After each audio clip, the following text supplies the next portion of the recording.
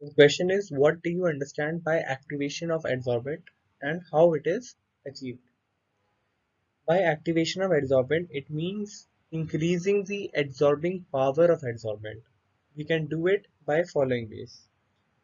The first way is by increasing the surface area of adsorbent by cutting adsorbent into small pieces or powdering it. So basically, we can get out the inference from this is that if the surface area of the adsorbent is more amount of gas can be adsorbed on this. There will be more area for the gas to get adsorbed.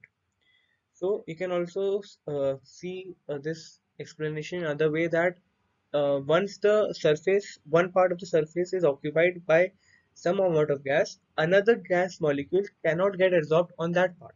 It has to go somewhere else. So if we have large amount of area, surface area, then large amount of gas can get adsorbed on this. Okay. Second point is some treatment can also be done to the adsorbent so that its power get increased. For example, charcoal is activated by heating it between 650 Kelvin and 1330 Kelvin in vacuum or air.